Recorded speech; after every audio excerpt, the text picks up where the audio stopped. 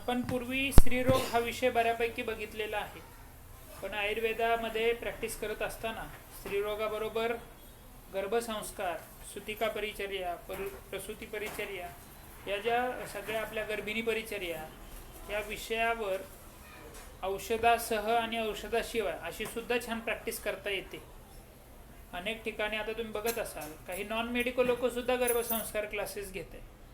त्यापेक्षा आपण जर प्रॉपर त्यामधलेच असो आणि त्याचं आपल्याला ज्ञान असेल आणि आपण जर प्रॉपर गर्भसंस्कार क्लासेस घेतले, त्याचं सग्रंथोक्त जर आपण त्याला प्रामाण्य देत आलो किंवा लोकांना समजून सांगू शकलो, तर निश्चितच आपण सुद्धा एक चांगल्या प्रकारची ANC आणि PNC ह्या दोन्हीही प्रॅक्टिस करू शकतो.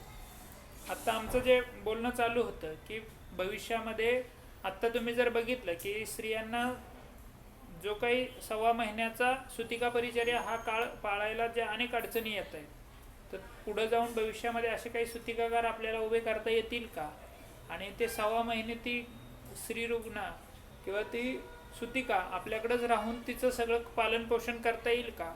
कारण पुढं भविष्यामध्ये या सगळ्या गोष्टींचे काय म्हणूयात गरज पडणार आहे.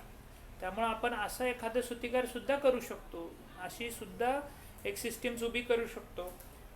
तर निश्चितच आज आपल्याला लाभलेले आहेत वैद्य सौ शीतल झांजे मॅडम केसरकर.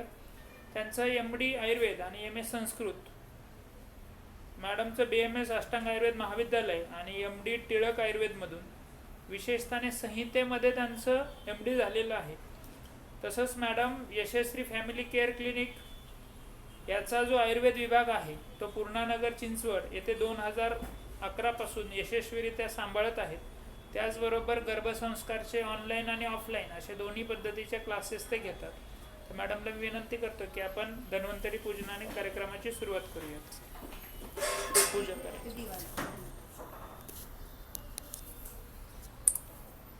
दाति पाति सततं संवारयस्यं जसा दृष्ट्वा दिव्यमहोषधिश्च विविधा दूरीकरोत्या मया विभ्राणो जलिना चकास्ति भुवने पीयूषपूर्णं घटं तं धन्वन्तरीरूपमीशममलं वन्दामहे श्रेयसे वन्दामहे श्रेयसे वन्दामहे श्रेयसे. मी मॅडमला विनंती करतो की व्याख्यानाला सुरुवात करायची.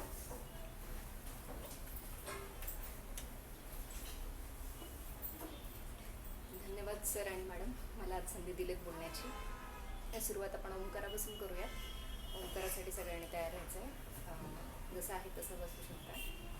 हातांची ध्यान मुद्रा असेल सगळ्यांची. डोळे अलगद बंद, पाठीचा कणा ताठ राहील सगळ्यांचा. एक दीर्घ श्वास भरून घ्यायचा आहे. अगदी सावकाश श्वास सोडायचा आहे. डोळे बंद, श्वास सोडून नॉर्मल ब्रीदिंग. शांततेची अनुभूती. काही सेकंद आपण शांत बसणार आहोत. पुन्हा एकदा दीर्घ श्वास भरून घ्यायचा आहे आणि ओंकार म्हणायचा आहे.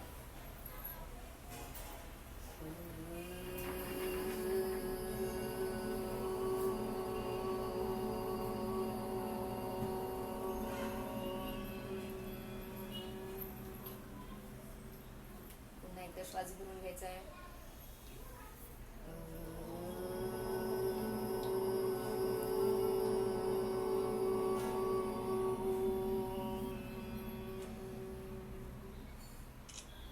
श्वास भरून घ्या.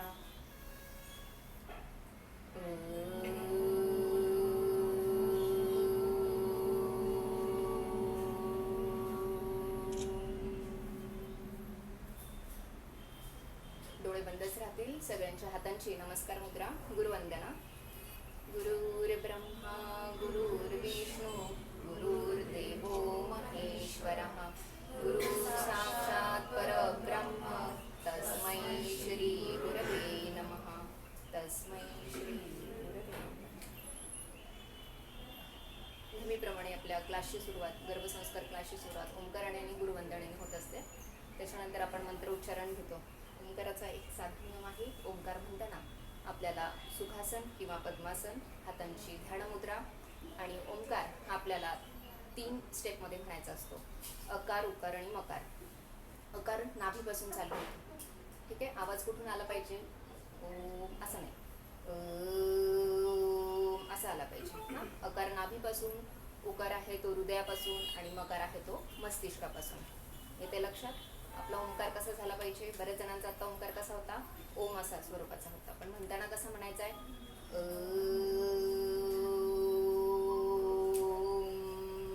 आलं लक्षात? अनी सुरुवात करायचा, तोंडाचा चंबू करायचा बंद करत करत ओचा उच्चार आणि शेवटी तोंड पूर्ण बंद करून मचा उच्चार करायचा. ठीक आहे, आपण आजच्या लेक्चरकडे गर्भसंस्काराच्या आधी आपण संस्काराकडं वळूयात. संस्कार म्हणजे काय? एक छोटा प्रश्न आहे, आपण ऐकलं असेल, लहानपणापासून ऐकतो. संस्कार म्हणजे काय? कोणी सांगितलं तरी चालेल, आपल्या भाषेत सांगितलं तरी चालेल. असं इथं काही हे नाही आहे, एक्झाम नाही आहे किंवा काही नाही.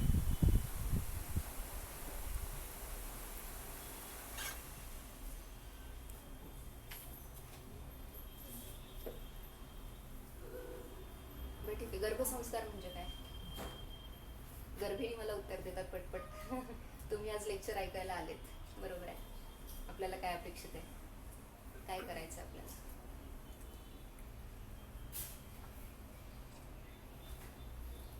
असं काही जज नाही करणारे, काही जे वाटतंय ते. संस्कार म्हणजे ज्या चांगल्या सवयी, चांगले विचार, पॉझिटिव्हिटी आणणे. बरोबर आहे.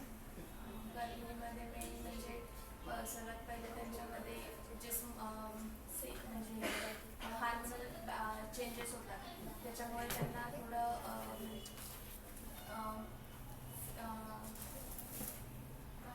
त्यांना ठीक आहे, थोडंसं कॉन्शियस त्यांचं- फील होतं, त्यांचे हार्मोनल म्हणजे मानसिकता त्यांची बदलते. डिस्टर्ब होते, तर त्यांच्यामध्ये पॉझिटिव्हिटी राहत नाही की हे काय चेंजेस होत आहे, माझ्यासोबत असं का होत आहे, मला म्हणजे बाकीच्यांपेक्षा मी म्हणजे पहिले जशी होती आणि आता जे चेंजेस आहे मला चिडचिड का होत आहे ते त्यांना कळत नाही. आणि ते जर मग त्यांच्यामध्ये ते निराशा येते. म्हणजे गर्भिणीची मानसिकता मानसिकता जपण्यासाठी थोडीशी आपण त्याच्यावरती संस्कार करणं अपेक्षित आहे. अजून कोणी? इन जनरल संस्कार सांगितलं तरी चालेल. आपण गर्भसंस्कार तर बघूयातच. लहानपणापासून आपल्यावर संस्कार केलेले असतात, बरोबर आहे.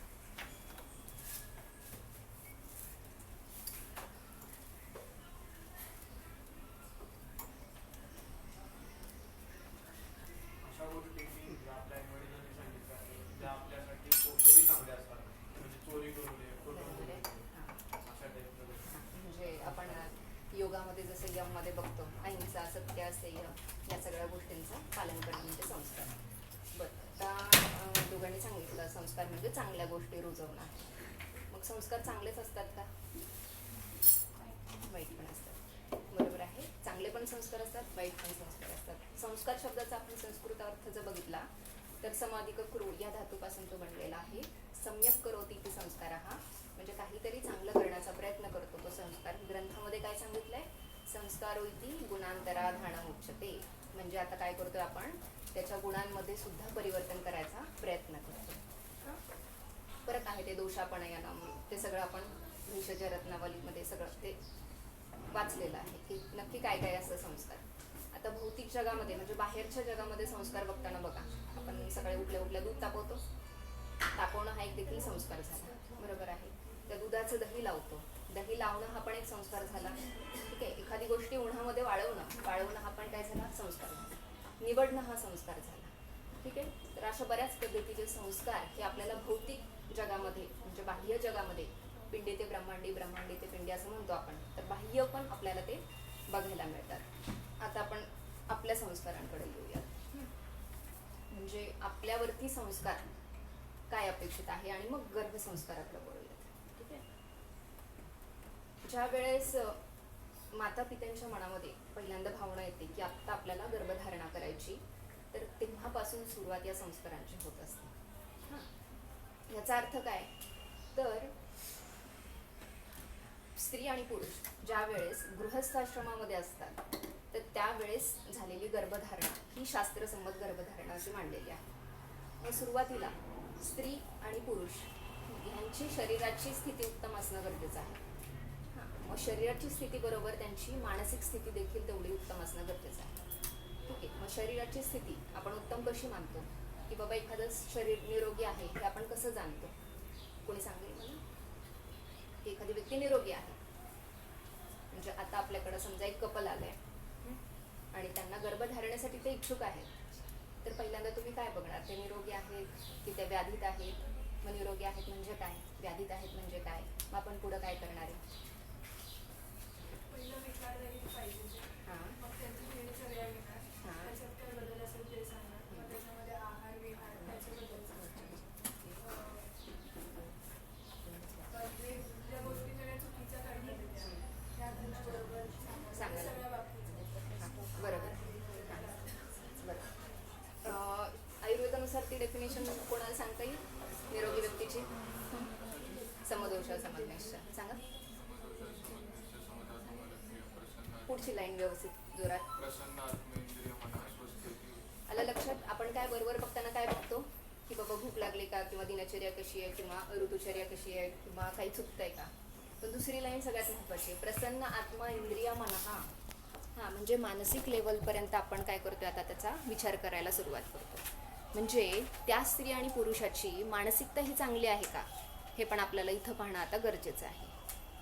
दोघांचीही तेवढी तीव्र इच्छा असणं गरजेचं आहे की आपल्याला गर्भधारणा हवी आहे. आजकालच्या जगामध्ये काय पाहायला मिळतं? पेशंट येतात आपल्याकडे, मॅडमला पण माहिती आहे, प्रायोरिटीज वेगळ्या असतात. करिअर आहे, जॉब आहे, घर घ्यायचं आहे, आणि मग झालेली गर्भधारणा ही त्यांना नको असते. ठीक आहे. तर आयुर्वेदला जी काही गर्भधारणा आहे तर ती गर्भधारणा ॲक्सिडेंटल गर्भधारणा ही संमत नाही आहे.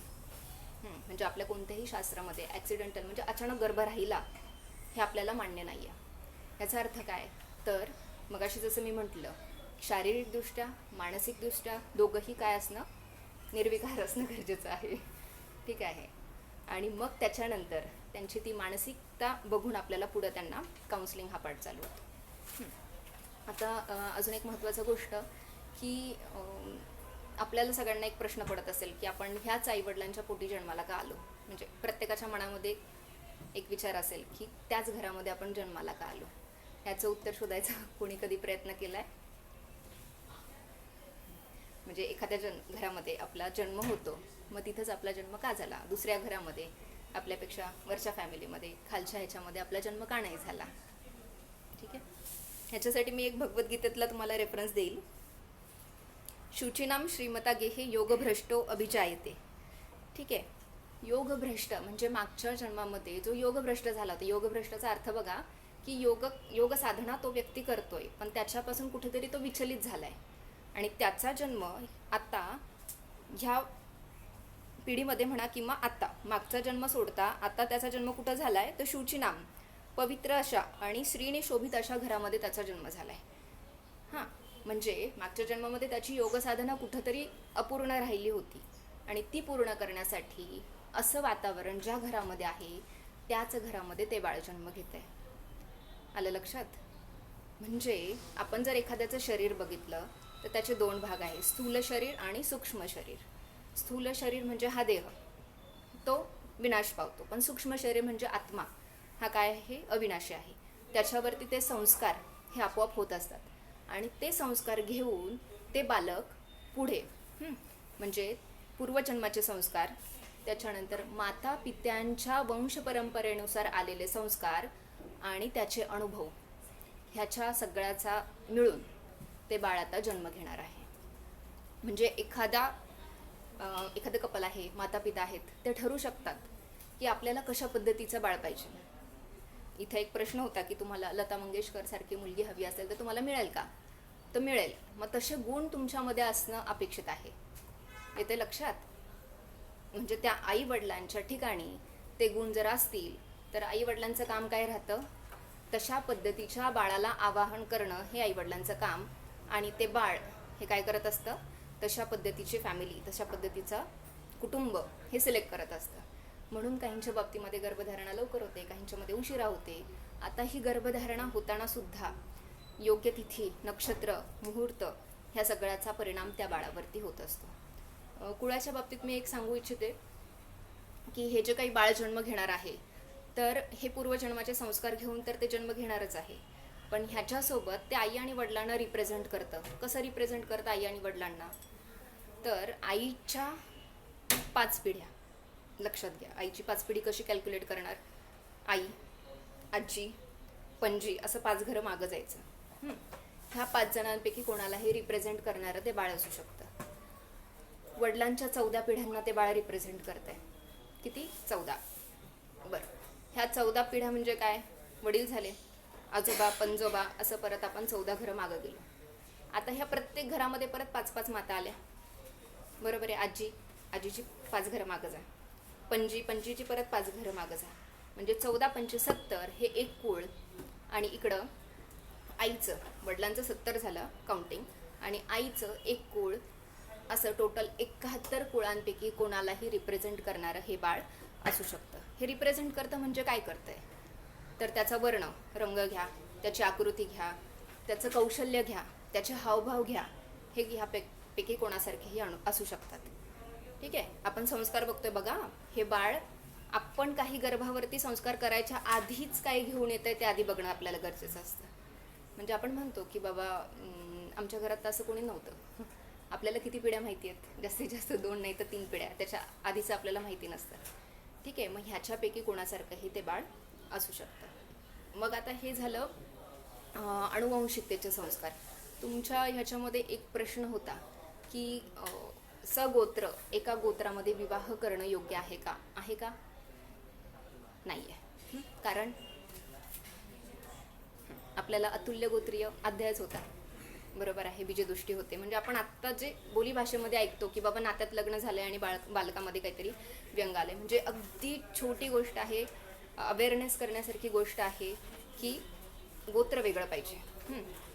विवाह संस्कार हा कोणत्या वयामध्ये झाला पाहिजे असा एक प्रश्न होता. कोणी सांगतंय? आपली मतं वेगळे वेगळे असू शकतात. ग्रंथातलं आपल्याला नंतर बघायचं आहे. आणि का लवकर का करायचं आहे, उशिरा का करायचं आहे? ऑन ॲन ॲव्हरेज कोणी काय उत्तरं दिली? 18-30. अच्छा, मुलींचं पण वय 30 पर्यंत नेऊन ठेवलंय का? 18-21, 18-28, 20-18. ठीक आहे. 18-20, 18. ठीक आहे. वेगळे वेगळे उत्तरं आली आहेत. त्याच्यामध्ये गर्भधारणेसाठी आपण आयु विचारलेली आहे.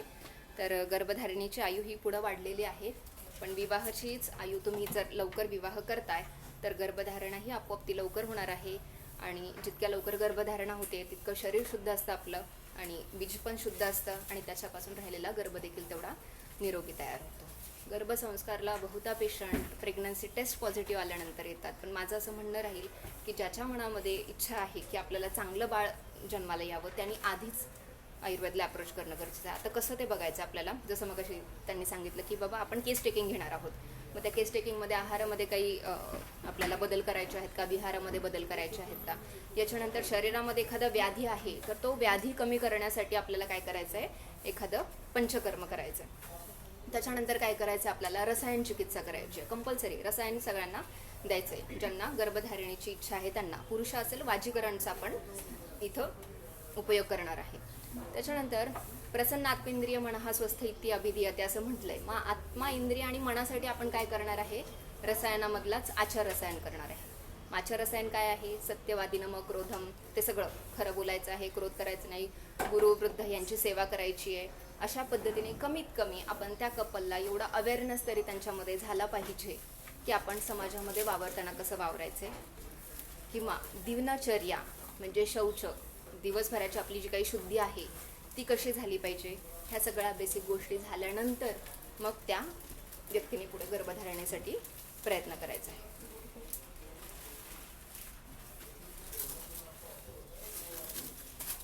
अजून एक महत्त्वाचा मुद्दा मला सांगू वाटतो की आपल्याला असं वाटतं की बाबा गर्भसंस्कार हा फक्त आयुर्वेदामध्ये वर्णन केला आहे का? कोणाकोणाला वाटतं की आयुर्वेदाचा ह्याच्यामध्ये सहभाग खूप मोठा आहे आणि इतर शास्त्रांचाही आहे किंवा नाही आहे, किंवा कोणती शास्त्र आपल्याला गर्भसंस्कारासाठी उपयुक्त राहू शकतात?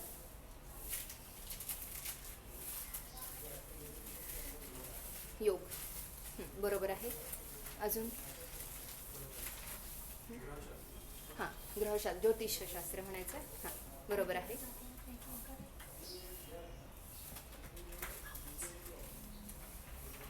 बरोबर आहे.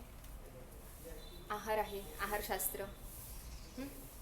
अजून आयुर्वेदाचं प्रयोजन काय आहे? बरोबर आहे. सगळीकडे तो नियम लागू करायचा. ठीक आहे, बालक असू देत, गर्भिणी असू देत, फक्त पाठ नाही करायचं आपल्याला.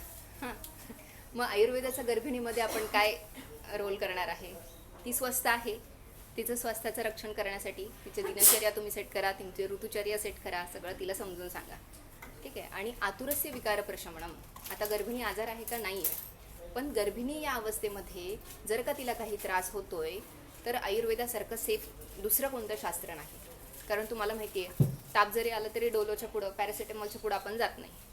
मग आयुर्वेदामध्ये आपल्या षडंग पाण्यापासून अशी काही औषधं आहेत, महासुदर्शन पण आपण देऊ शकतो, अशी बरीच औषधं आहेत. रसकल्प थोडे जपून वापरायचे, पण अशी औषधं आहेत, अशा काष्ठौषधी आहेत भरपूर की ज्याचा आपण त्याच्यामध्ये वापर करू शकतो. स्वस्थस्य स्वस्थ रक्षणम, बालक स्वस्थ राहावं म्हणून आपण इथं काय करणार आहे?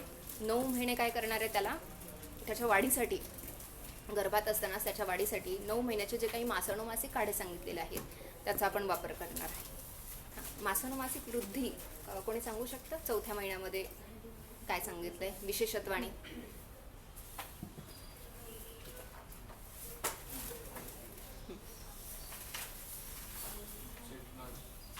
आत्मा आणि हृदय. हां, बरोबर. चतुर्थे हृदयम, बरोबर. 5व्या महिन्यामध्ये विशेषत्वाने, बाकीचीचं सगळे डेव्हलपमेंट आहे. पंचमे मनः, बरोबर आहे.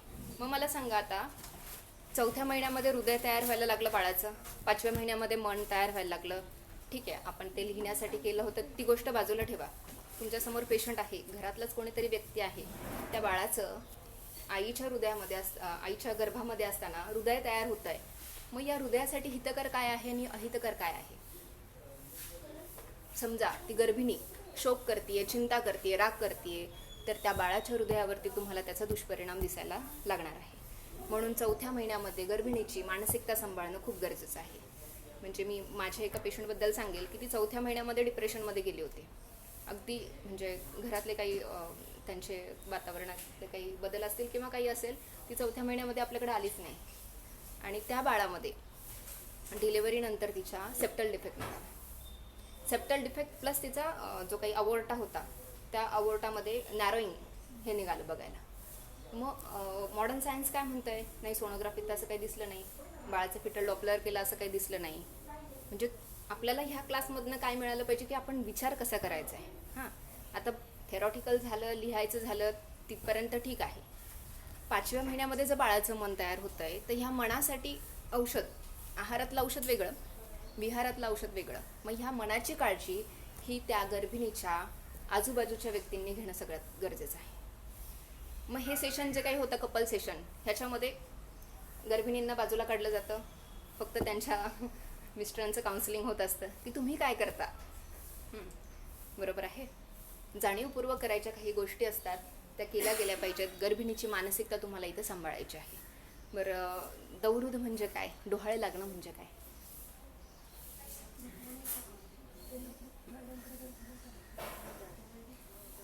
दौरुद ऐकलं असेल तुम्ही, किंवा आता घरामध्ये कोणीतरी गर्भिणी असते, डोहाळे करतात, डोहाळे जेवण करतात.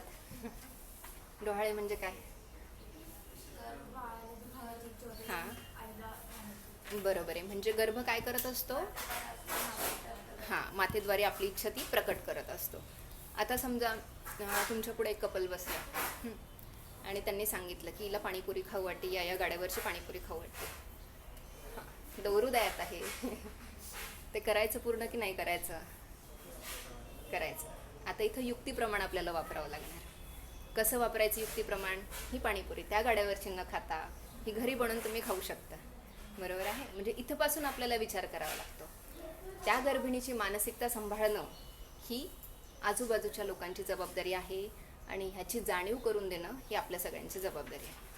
ठीक आहे. अगदी आपण गर्भाधान आणि इतर शास्त्रांचा संबंध बघूयात. म्हणजे मी जसं मगाशी म्हटलं की गर्भसंस्कारामध्ये फक्त आयुर्वेदचा रोल आहे का, तर आयुर्वेदसोबत इतर शास्त्रांचा रोल कसा आणि आपण कसा विचार करायचा. सुश्रुत संहितेतला श्लोक माहिती असेल की एकम शास्त्रम अध्ययनो न विद्यात शास्त्र विचक्षणः. माहिती आहे, तस्मात बहुश्रुतम शास्त्र, म्हणजे अनेक शास्त्रांचं अध्ययन करून मग परत आपल्या शास्त्राचं अध्ययन.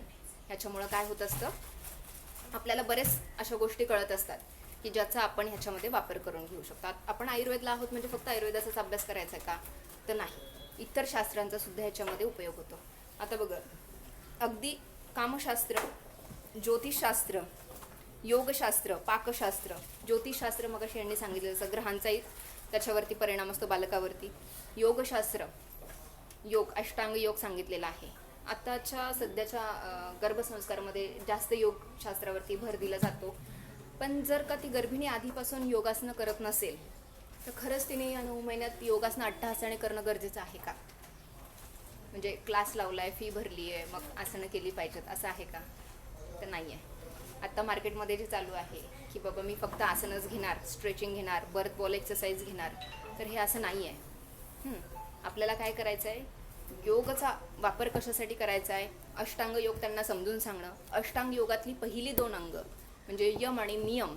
यम नियम म्हणजे माहिती आहे तुम्हाला, आता मी खूप डिटेलमध्ये जात नाही आहे. यम काय सांगतं, अहिंसा, सत्य, अस्तेय, ब्रह्मचर्य, परिग्रह, की बाबा मी समाजामध्ये वावरताना कसं वावरणार आहे. मग कोणीतरी सांगितलं की आपल्याला लहानपणापासून खरं बोला, चोरी करू नका शिकवलेलं असतं. म्हणजे आपण यमचं ऑलरेडी काय करतोय, पालन करतोय. नियम म्हणजे काय आहे, शौच, संतोष, तप, स्वाध्याय, ईश्वर प्रणिधान. सकाळी उठल्यापासून आपण शारीर शुद्धी जे करून देवाची पूजा करतो ते सगळं त्याच्यामध्ये येतं. त्याच्यानंतर आसन, बघा गर्भिणीमध्ये पण आपण हेच बघतोय. आसन म्हणजे काय, स्थिर सुखम आसनम, ज्याच्यामध्ये स्थिरता पण येते आणि सुख करता येते. बहुतांशी गर्भिणींमध्ये काय होतं, एकदा गर्भधारणा झाली की जे काही डेली रुटीन असतं ते पण ते कमी करतात. म्हणजे घरातली जे काही काम करत असतात, साधी कामं ती सुद्धा करायची ते काय करतात, बंद करत असतात. म्हणून आपल्याला त्यांना हेतुपूर्वक, जाणीवपूर्वक काही आसनांमध्ये बसवावं लागतं. त्यांना स्थिरता आणि सुखकरता. समजा मी तुम्हाला आत्ता पद्मासन घालायला सांगते.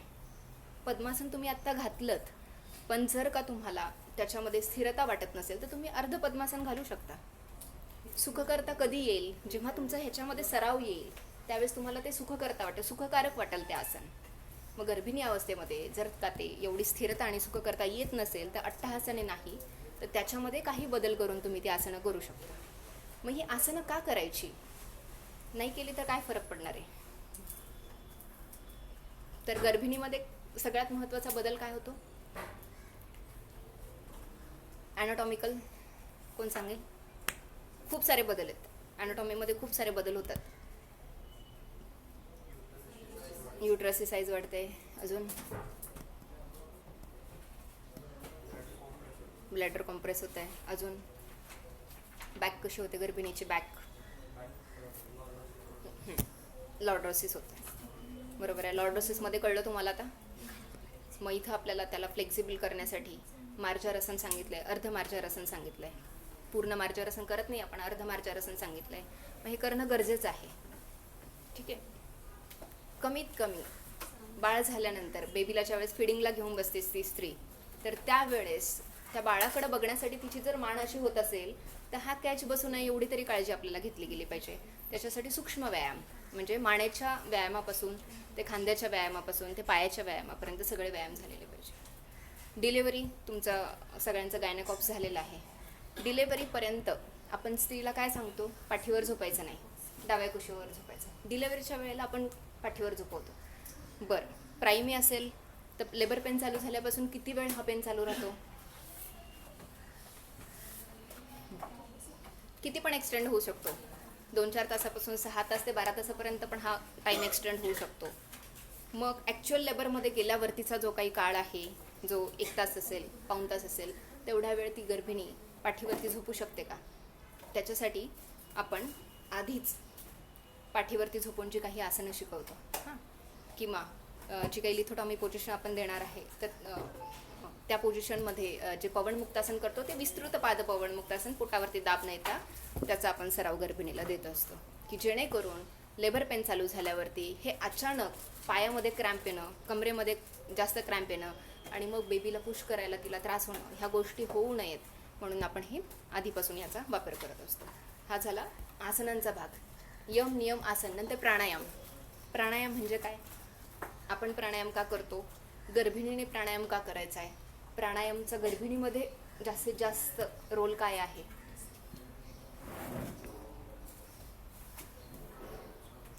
जोरात प्राणवायूचा आयाम करणे. हां, म्हणजे प्राणवायू जास्तीत जास्त घेणं. बरोबर आहे. गर्भिणी या अवस्थेमध्ये काय होत असतं, जसं मग असे सांगितलं, युट्रसची साईज वाढते आपली. हे वाढलेलं जे काही युट्रस आहे ते आता लंग्सवरती वरती कॉम्प्रेस करायला लागतं. डायफ्राम जो आहे तिथून वरती ते थोडंसं दाब द्यायला लागतं. बरोबर आहे. मग ही जी लंग्सची जी काही कॅपॅसिटी आहे ती जी काही नॉर्मल माणसाची आहे त्याच्यापेक्षा तिची कुठंतरी ती जी मुवमेंट आहे ती रिस्ट्रिक्ट व्हायला लागते. मग जर पहिल्यापासूनच आपण तिला प्राणायाम सांगतोय, दीर्घ श्वसन सांगतोय, तर काय होणार आहे, तिचा तेवढा तो लंग्स एक्सपांड होणार आहे, डायफ्राम पण तेवढा तो फ्लेक्झिबल राहणार आहे. मग जास्तीत जास्त ऑक्सिजन हा आईला मिळणार आहे, आईच्या गर्भाशयाला मिळणार आहे आणि गर्भाशयापासून तो त्या बाळाला पण मिळणार आहे. मग डिलेव्हरीच्या वेळामध्ये डिलेव्हरी चालू असताना प्लासेंटा अचानक आधीच निसटणं किंवा बेबीला हायपोक्सिया होणं अशा गोष्टी का व्हायला लागतात? काही इमर्जन्सी वगळता जर का आईने प्राणायाम व्यवस्थित सराव केला आणि ब्रीदिंग होल्डिंगचे काही टेक्निक आहेत, ज्यावेळेस लेबर पेन चालू होतात तर त्यावेळेस मोठा ब्रीथ घेऊन तो होल्ड करणं आणि मग खाली बेबीला पुश करणं ही एक स्टेज येते. तर ती स्त्री त्यावेळेस ते होल्डिंग करू शकते का? हां, हे महत्त्वाचं आहे. त्याच्यासाठी आपण इथं प्राणायामाचा वापर करतो. दुसरी गोष्ट, जेवढा आपला श्वासावरती कंट्रोल असेल तेवढाच आपला विचारांवरती कंट्रोल असतो. साधी गोष्ट आहे, आपण वायवाला जातो किंवा पळून आलो आहे समजा, हां, तर आपला श्वास कसा असतो, वर खाली वर खाली वर खाली. किंवा वायवाला जायचं आहे, श्वास पण आपला बदलतो आणि विचार पण बदलतात. जेवढे आपण आधी स्टेबल असतो तेवढे अनस्टेबल होऊन जातं. मग हाच जर आपण श्वास कंट्रोलमध्ये ठेवतो तर आपण विचार पण कंट्रोलमध्ये ठेवू शकतो. आणि ह्याचाच वापर आपण गर्भिणीमध्ये कशासाठी करतो, तर त्या गर्भिणीला सकारात्मकता देण्यासाठी. जी काही प्रायमी आहे तिला डिलेवरी म्हणजे काहीतरी खूप अवघड अशी गोष्ट आहे हे वाटता कामा नये. डिलेवरी ही स्टेजसुद्धा, प्रेग्नन्सी ही स्टेजसुद्धा आपल्याला एन्जॉय करायची आहे. प्रत्येक महिना आपल्याला व्यवस्थित एन्जॉय करायचं आहे. डोहाळे जेवण पण आपल्याला, म्हणजे प्रत्येक एक सेलिब्रेशन आहे असं पकडून ते पुढं जायचं आहे. म्हणजे लेबर पेनसुद्धा ही फक्त एक कुठेतरी पोटामध्ये आवळल्याची भावना आहे, ही वेदना नाही. ह्या वेदनेचं रूपांतर आपण प्राणायाम करून हे फक्त आवळल्याच्या भावनेमध्ये ज्यावेळेस करतो त्यावेळेस आपण प्राणायाम शिकलो असं होतं. ठीक आहे. बहुतांश आपण काय करतो, लेबर पेन चालू झालं की विनाकारण आवाज काढणं, ओरडणं ह्या गोष्टी चालू होतात. पण त्याच्याऐवजी जर दीर्घ श्वास घेणं, सावकाश श्वास सोडणं किंवा मुखधौतीचा वापर करणं, मोठा श्वास घेऊन तोंडाने एकदम फुंकर मारल्यासारखा श्वास बाहेर करणं असं जर केलं तर काय होतं, तिला रिलॅक्स वाटतं. आपण पळून आलो, आपण काय करतो, आपल्याला बरं वाटतं. तसंच आपण त्या गर्भिणीला ज्यावेळेस लेबर पेन चालू होतात त्यावेळेस जर मुखधौती देतोय तर ती मधल्या वेळामध्ये ती रिलॅक्स होऊ शकते. हे मॉडर्नचे डॉक्टर कोणी सांगणार नाही आहे की हे करा किंवा दीर्घ श्वास घ्या. ते फक्त काय सांगणार, जोर करा आणि पाय व्यवस्थित ठेवा. ठीक आहे, एवढंच तिथं होणार आहे. तर हा झाला सगळा आपला प्राणायामाचा भाग. यम, नियम, आसन, प्राणायाम. नंतर आहे प्रत्याहार. गर्भिणी अवस्थेमध्ये 9 महिन्यामध्ये प्रत्याहार म्हणजे काय, त्या इंद्रियांना त्यांचा आहार द्यायचा नाही. साधं सोप्या भाषेमध्ये, डोळ्यांनी दिसतंय बघायचं नाही, कानाने ऐकू येतं ऐकायचं नाही. आपल्याला ज्यावेळेस धारणा ध्यानकडे वळायचं आहे त्यावेळेस आपल्याला स्टेबल बसावं लागते. माझं लेक्चर तुम्ही ऐकताय, बाहेरच्या गोष्टींकडे लक्ष नको, नाही आहे कोणाचंच. म्हणजे काय केलं आपण, कानाचा प्रत्याहार केला, इतर गोष्टी बघत पण नाही आहेत, इतर वास पण आपल्याला कळत नाही आहे. तर ह्या गर्भिणीला आपण एकाग्र व्हायला शिकवतो. त्याच्यानंतर तिला धारणा आणि ध्यान का करायचं, मेडिटेशन का करायचं, तर इथं ध्यानशास्त्राचा, इथं आध्यात्मिक शास्त्राचा इथं उपयोग व्हायला चालू होतो. म्हणजे आपल्याला जर बाळावरती एखादा संस्कार करायचा आहे, भगवद्गीतेचे श्लोक जर बाळापर्यंत आपल्याला पोचवायचे आहेत किंवा मला केकेचे सॉंग्स आवडतात किंवा दुसऱ्या कोणत्याही गायकाचे सॉंग्स आवडतात, तर ते मी बाळापर्यंत पोचवणार. पण हे पोचवण्यासाठी आई तेवढी स्थिर पाहिजे. बरोबर आहे. मग ती स्थिरता, सुखकरता तिच्यामध्ये पहिल्यांदा आसनांनी, प्राणायामाने आणि मग नंतर ही आई जी काही आहे तिचं मन शांत झाल्यानंतर ती त्या बाळापर्यंत ते सगळे पॉझिटिव्ह व्हायब्रेशन्स पोचवायला आता तयार होती आहे. ठीक आहे. याच्यानंतर येतं ध्यान. ध्यान आपल्याला माहितीच आहे. मग हे ध्यान ही अगदी पुढची स्टेज आहे, प्रत्येक गर्भिणीला जमेल असं नाही. मग ह्याच्यामध्ये आपण सोपे ध्यान देऊ शकतो. ज्योती ध्यान, आता दिवा लावला आपण, दिव्याकडे फक्त एकाग्रतेने बघायचं, खूप जास्त फायदा होतो. एकाग्रतेने बघत ज्यावेळेस डोळ्यांवर ताण येईल त्यावेळेस डोळे मिटून घ्यायचे. बंद डोळ्यांसमोर परत एक काहीतरी दिव्याची ज्योत आपल्याला दिसतीये, असं इमॅजिन करायचं. ती ज्योत नाहीशी झाली की परत त्या दिव्याकडे बघायचं. ह्याने काय होतं, आपलं कॉन्सन्ट्रेशन वाढतं. ठीक आहे, आई जे करणार आहे ते बाळापर्यंत जाणार आहे बरं का, लक्षात ठेवायचं आहे. आपण फक्त आईसाठी नाही करत आहे, आई आणि बाळासाठी दोघांसाठी करतो. नंतर आपण ध्यानामध्ये आपण अजून स्थूल ध्यान, एखाद्या वस्तूवरती, आता धन्वंतरींची मूर्ती दिसते, धन्वंतरींच्या फक्त मूर्तीकडे बघत राहायचं. स्थिरता सुख करता एखाद्या आसनामध्ये बसून शांततेने दुसरं कुठंच लक्ष नाही आहे, स्थूल ध्यान तुम्ही करू शकता. सूक्ष्म ध्यानाकडे वळा, डोळे बंद करून दोन्ही भुवयांच्या मध्ये नजर फक्त तुम्ही एकाग्र केली आहे, हे झालं सूक्ष्म ध्यान. मग गर्भिणी या अवस्थेमध्ये ध्यानाचा खूप मोठा रोल आहे. पण तुम्ही जर का आधी तिला काहीच माहिती नाही आहे, बसायचं माहिती नाही, इकडे टी व्ही चालू आहे आणि ध्यानाला बसली आहे, असं होणार आहे का? नाही. ध्यानाची जागा ही स्वच्छ, शांत, जिथं प्रकाश पुरेसा असेल अशा पद्धतीचंच ते सगळं अरेंजमेंट करून मग आपण तिला ध्यान सांगतो. ठीक आहे. पाकशास्त्र बघा, आयुर्वेदाबरोबर आपण आता योगशास्त्र सगळं बघितलं. पाकशास्त्राचा पण गर्भिणीमध्ये उपयोग होतो. पाककला, डॉक्टर सांगतात हिमोग्लोबिन कमी आहे, हिमोग्लोबिन वाढवायचं आहे, मग आपण फक्त आयर्न किंवा ताप्य दिलो वयास लोह देणार का? तर नाही, इथं पाकशास्त्राचा उपयोग होतो. म्हणजे अगदी आपल्या ज्या काही गर्भिणी आहेत त्यांना बिटाची कोशिंबीर कशी बनवायची पासून रेसिपी आपण शेअर करतो. गाजराच्या कोशिंबीर असतील किंवा नाचणीमध्ये पण लोह मिळतं, किंवा लोखंडाच्या कढईमध्ये एखादी भाजी बनवून ती काढून ठेवणं, असं ज्याच्यामध्ये लोह मुबलक प्रमाणात आहे त्या सगळ्या भाज्या त्यांना कशा पद्धतीने बनवायच्या, इथंही युक्तिप्रमाण वापरायचं आहे. समजा पंचामृताचं सेवन करायचं आहे, ते रोज केलं गेलं पाहिजे का? गर्भिणीला सर्दी आहे, खोकला आहे, मग घ्यायचं आहे का? नाही घ्यायचं आहे.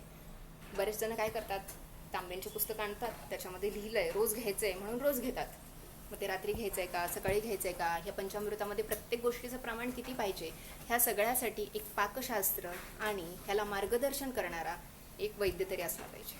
ठीक आहे. याच्या पुढे आपण बघूयात अनुवंशिक शास्त्र. मग अशी मी जसं सांगितलं पिढ्यांचं संस्काराचं जे सांगितलं, तर ते हे अनुवंशिकता आहे, हे पिढ्यानुसार येणारे गुण आहेत.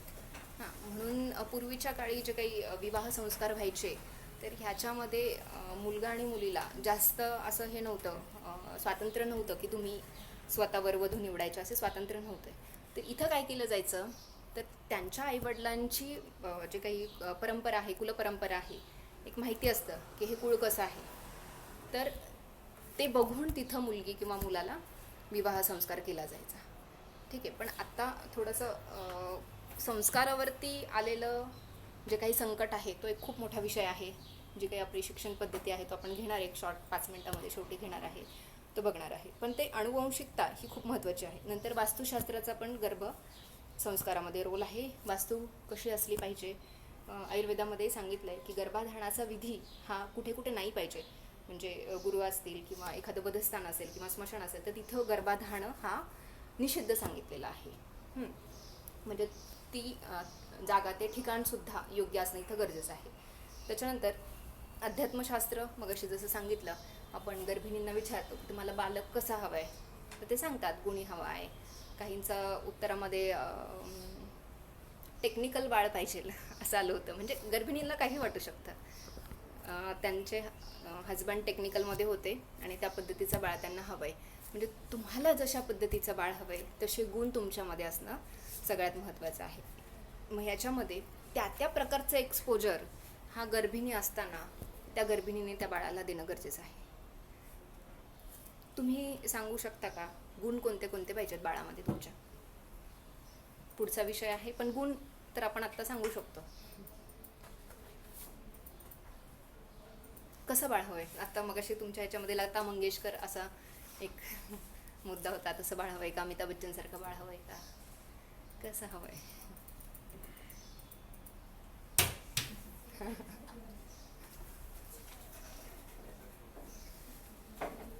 आपल्याला काय करायचं आहे, कोणासारखं हवंय याच्यापेक्षा त्याच्यामध्ये कोणते गुण आहेत हे महत्त्वाचं आहे. लता मंगेशकर यांच्यामध्ये गायन करणं ही एक कला आहे, तो गुण आहे, येते लक्षात. शिवाजी महाराजांचं सारखं पाहिजे याच्यापेक्षाही शूरता, पराक्रमी असं बाळ हवंय. स्वामी विवेकानंदांचे गुण काय होते? अमिताभ बच्चनकडे कोणते गुण आहेत सांगा, तुम्हाला गुण कोणते कोणते माहिती आहेत?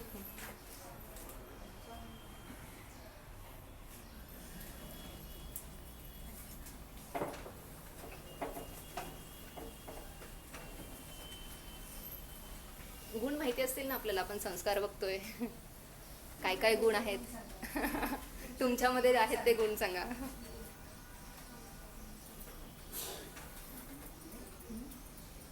एकमेकांची सांगा म्हणजे आपोआप कळेल. शांत हवाय, संयमी हवाय, सगळ्यांना शांत पाहिजे असतं. विचार करा. ठीक आहे, तर त्या पद्धतीचं वाचन ते त्या गर्भिणीने करणं गरजेचं आहे. 4थ्या महिन्यामध्ये हृदय तयार होत आहे, 5व्यात मन तयार होत आहे. मग हा जो काही संस्कार आहे हा इथून चालू होतो की आपल्याला जशा पद्धतीचं बाळ हवं आहे तशा पद्धतीचे गुण हे त्या आईनं त्याला ऐकवणं, वाचणं हे तिथं गरजेचं आहे. मी ह्याच्याहीपेक्षा आधीच सांगते की तसे गुण गर्भाधानाच्या आधीपासून स्वतःमध्ये रुजवणं किंवा तसा विचार करणं. आता मग अशी एक विषय मांडला पण डोहाळे जेवणचं आता जे काही स्वरूप झालेलं आहे. डोहाळे म्हणजे सांगितलं की गर्भिणीद्वारे बालक ते काय करते, आपली इच्छा व्यक्त करते की मला काय पाहिजे काय नाही पाहिजे. मग हे डोहाळे कशाचे असू शकतात? फक्त खायचेच असतात का इतर पण डोहाळे असतात? इतर असतात. काय काय असतात? अच्छा, फिरायचे.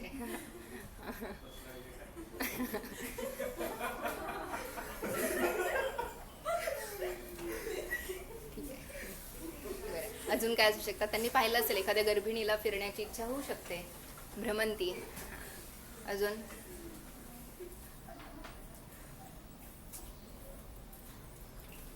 आपले ज्ञानेंद्रिय कोणती आहेत?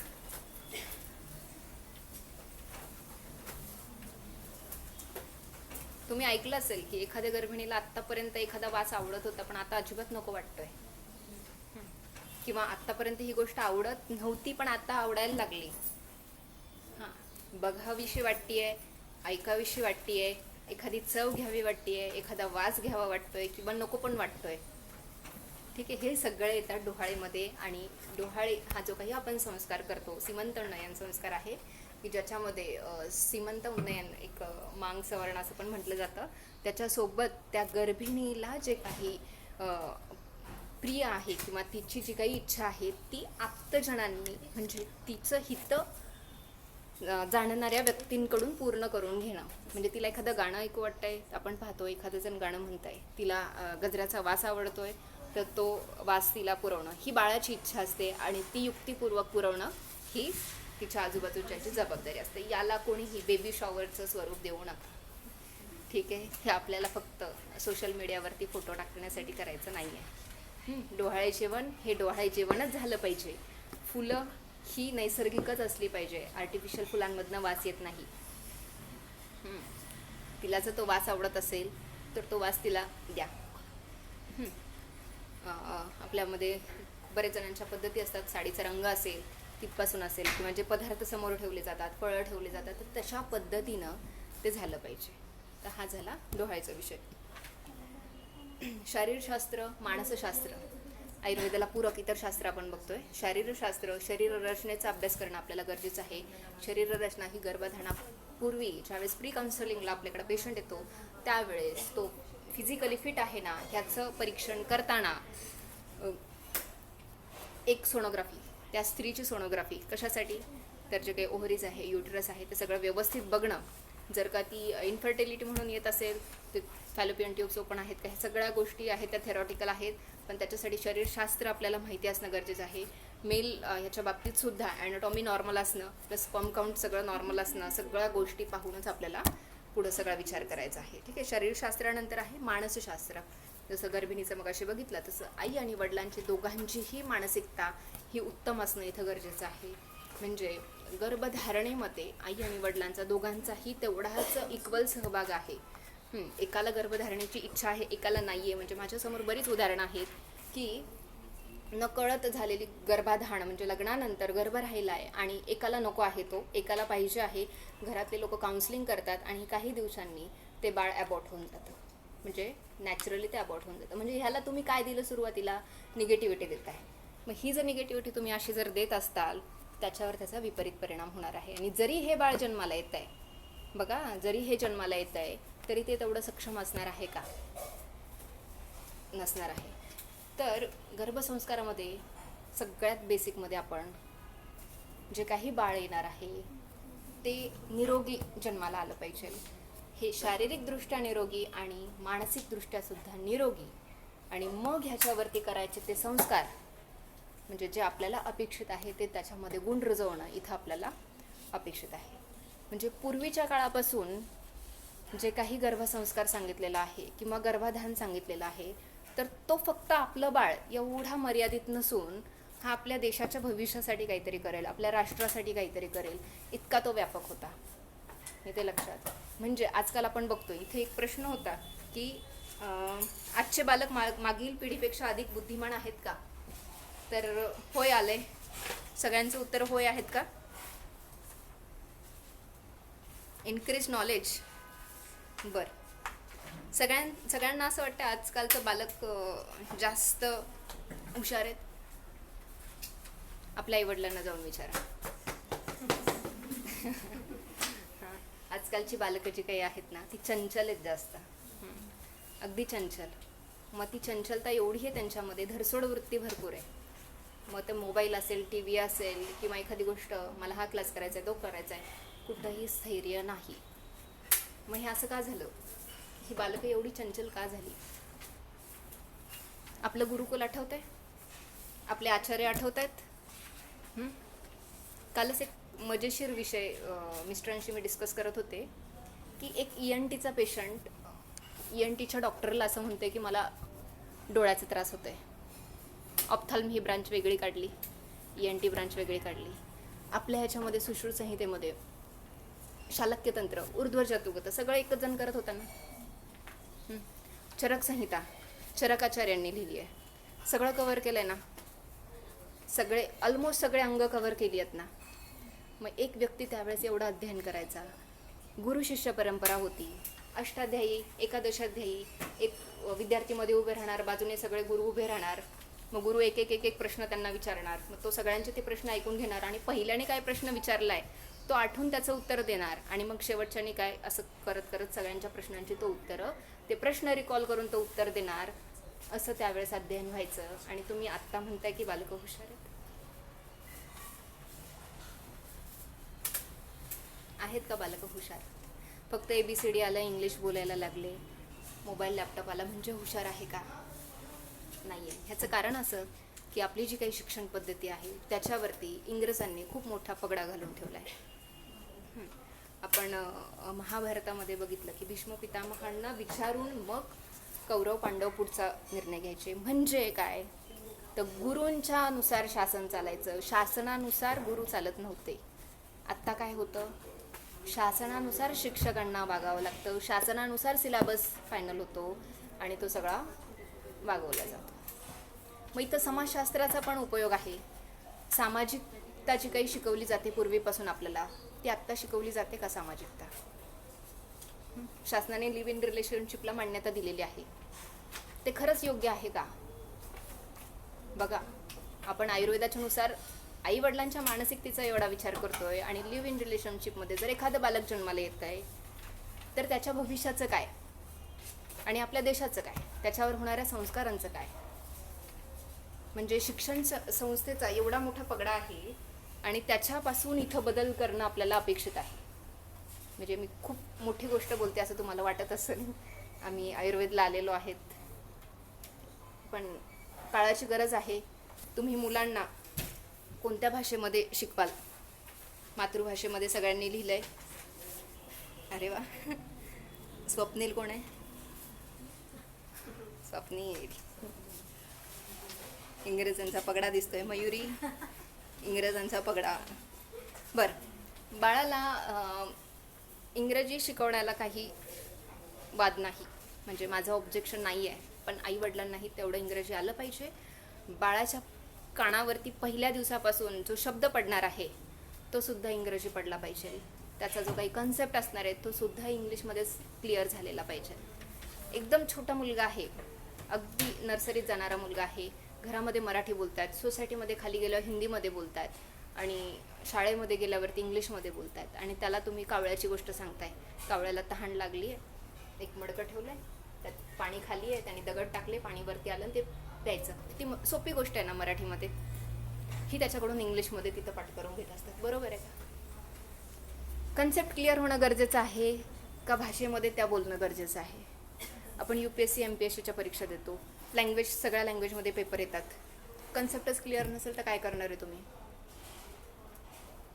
इंग्लिश शिकायचं. ठीक आहे. नाही, मला असं टोकायचं नाही आहे, पण ही जाणीव आपल्याला नाही आहे. आपण काय करतोय, आपल्या पालकांनी काय केलं आहे की बाबा मीडियम म्हणजे आम्हाला आमच्या वेळेस मराठी मीडियम होतं, मग आता इंग्लिश आहे, आम्हाला इंग्लिश बोलता येत नाही म्हणून आम्ही मुलांना इंग्लिशमध्ये घालतो की कमीत कमी आम्ही जिथं अडलो तिथं ते अडता कामा नयेत. हां, असं वाटतं. पण मला असं म्हणायचं आहे की आम्हाला जे मिळालं नाही हे द्यायच्या आधी आम्हाला जे मिळालं आहे ते आधी द्यायला चालू करा. हां, आपल्याला जे काही संस्कार मिळालेत, चांगले संस्कार, गुढीपाडवा असेल, गुढी उभारायची, लवकर उठायचं, लवकर झोपायचं, काय जे काही आपल्याला संस्कार मिळालेत आपल्या संस्कृतीनुसार आपण ख्रिसमस सेलिब्रेट करतो का गुढीपाडवा सेलिब्रेट करतो? ते आपण आपल्या मुलांना पहिल्यांदा ते द्यायचा प्रयत्न करा. आणि ही फक्त माहिती करून द्या की बाबा हे असं असं असतं. नाही तर काय होतं आहे, सगळेजण या दिशेने जात आहेत म्हणून आपण सगळेजण त्या दिशेने जाणं योग्य नाही आहे. ठीक आहे, आपण आयुर्वेदचे विद्यार्थी आहोत, आपल्याला बरंच नॉलेज आहे आयुर्वेदाबद्दल. ठीक आहे. याच्यानंतर येतो गर्भसंस्कारकडे आपण खूप जास्त वळलंच नाही आहे. गर्भसंस्कारामध्ये पहिलं म्हणजे जी काही परिचर्या आहे ती सगळ्यात महत्त्वाची रजस्वला परिचर्या. म्हणजे रजस्वला ज्यावेळेस पिरियड चालू आहे त्यावेळेस आपण काय केलं पाहिजे, काय नाही केलं पाहिजे, पूर्ण विश्रांतीची आवश्यकता का असते, ह्याला मॉडर्नच्या दृष्टीने जरी बघितलं तरी पहिल्या दिवशी, पिरियडच्या पहिल्या दिवशी ती ओहमची साईज वाढायला चालू होत असते. 5 दिवससुद्धा ती वाढत असते आणि कुठंतरी 14व्या दिवशी जाऊन ते ओहम पूर्णपणे तयार होऊन रप्चर होत असतं. म्हणजे काय तर तुम्हाला जर पुढं गर्भधारणा होणार असेल तर त्याची सुरुवात ही तुमच्या त्या मेन्स्ट्रुअल सायकलच्या पहिल्या दिवसापासून चालू झालेली आहे. आणि म्हणून आपण रजस्वला परिचर्या पालन करणं गरजेचं आहे.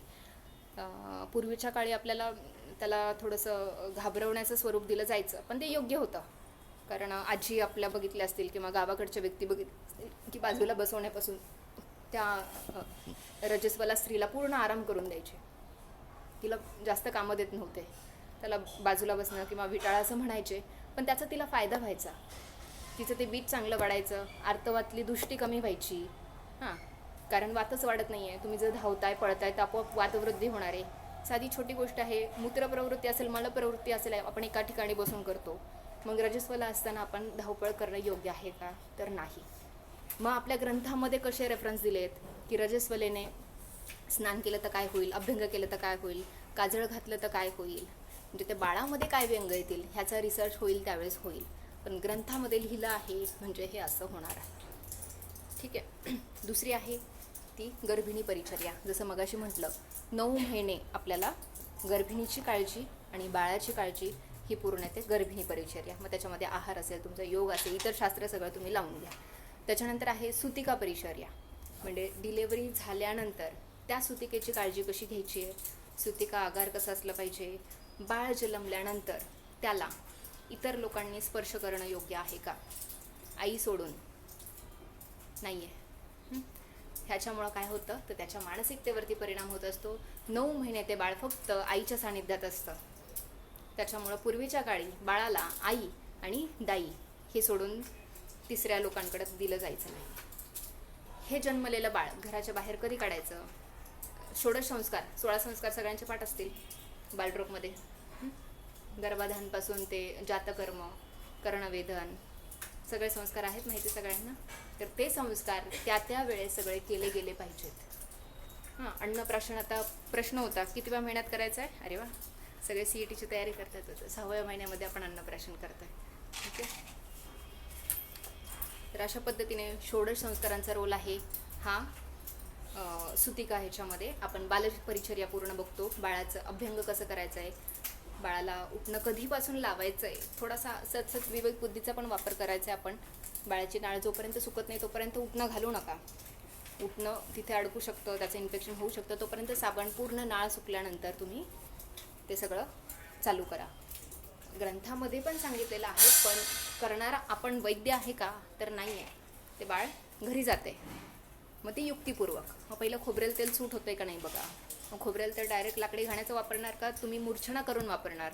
तर मूर्छित वापरा. कच्च्यामध्ये आमदोष असतात, त्याच्यामुळे त्याला स्किनला रॅश येऊ शकते. सांगतात ना आपल्याला बरेच जण, हे तेल सूट होत नाही आहे, ते तेल सूट होत नाही आहे. मग असं का होतं आहे? ठीक आहे, प्रत्येक गोष्टीमध्ये युक्ती प्रमाणाचा वापर करायचा आहे आणि सतत विवेकबुद्धी आपली जागृत ठेवायची. ठीक आहे, बोलण्यासारखं भरपूर आहे. गर्भसंस्कारामध्ये खूप मोठा सिलेबस आहे. अगदी ॲनाटॉमीपासून फिजिओलॉजीपासून ते फिडिंग सेशन, आपले 3 पार्टमध्ये फिडिंग सेशन होतं की बालकाला स्तन्य कसं आपल्याला द्यायचं आहे, मग त्या पोझिशन कशा आहेत, मॉडर्न सायन्स काय सांगतं, फोर मिल्क म्हणजे काय, हँड मिल्क म्हणजे काय. तर बराच मोठा सिलेबस आहे, पण वेळेअभावी आपण बघूयात. मॅडमशी परत बोलू करू शकतो. ठीक आहे, तर कुणाला काही डाऊट आहे त्याच्यामध्ये?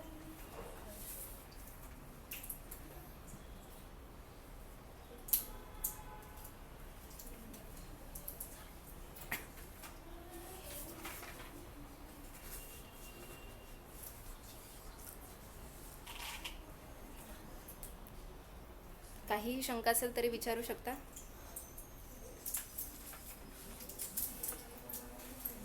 अच्छा, माता पित्यास लता मंगेशकर यांसारखी मुलगी हवी असेल तर मिळेल का, याचं उत्तर बरेच जणांनी माहीत नाही असं लिहिलं आहे. तर मिळू शकते. तसे गुण तुम्ही स्वतःमध्ये आणणं, तसं शास्त्रीय संगीत ऐकणं. ठीक आहे, आपल्याला वाटत असेल बाळाचा रचा उच्चार चांगला व्हावा तर रामरक्षा म्हणणं. बाळ आणि माता ह्या दोघांचीही जी काही शारीरिक स्थिती आहे, मानसिक स्थिती आहे, व्यवस्थित राहावी आणि काहीही त्यांच्यावर संकट येऊ नये म्हणून महामृत्युंजय मंत्राचा जप करणं, ह्या सगळ्या गोष्टी आपल्याला करायच्या आहेत.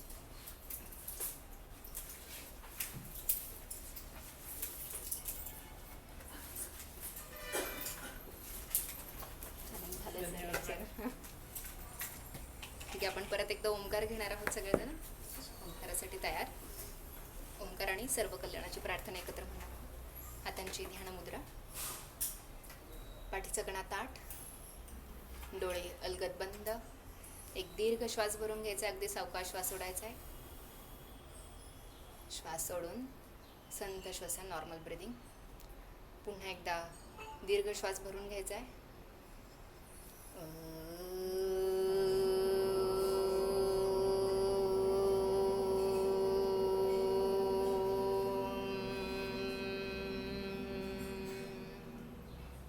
पुन्हा एकदा श्वास भरून घ्या.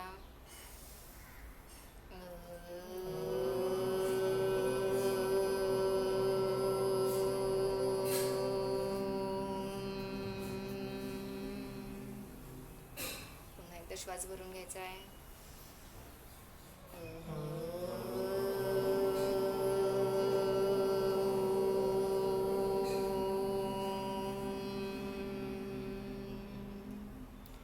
डोळे बंदच राहतील सगळ्यांचे. हातांची नमस्कार मुद्रा, सर्व कल्याणाची प्रार्थना. सर्वे भवन्तु सुखिनः म्हणायचं. सर्वे सन्तु निरामयः, सर्वे भद्राणि पश्यन्तु, मां कश्चित् दुःखभाग् भवेत्. ॐ शान्ति शान्ति शान्तिः.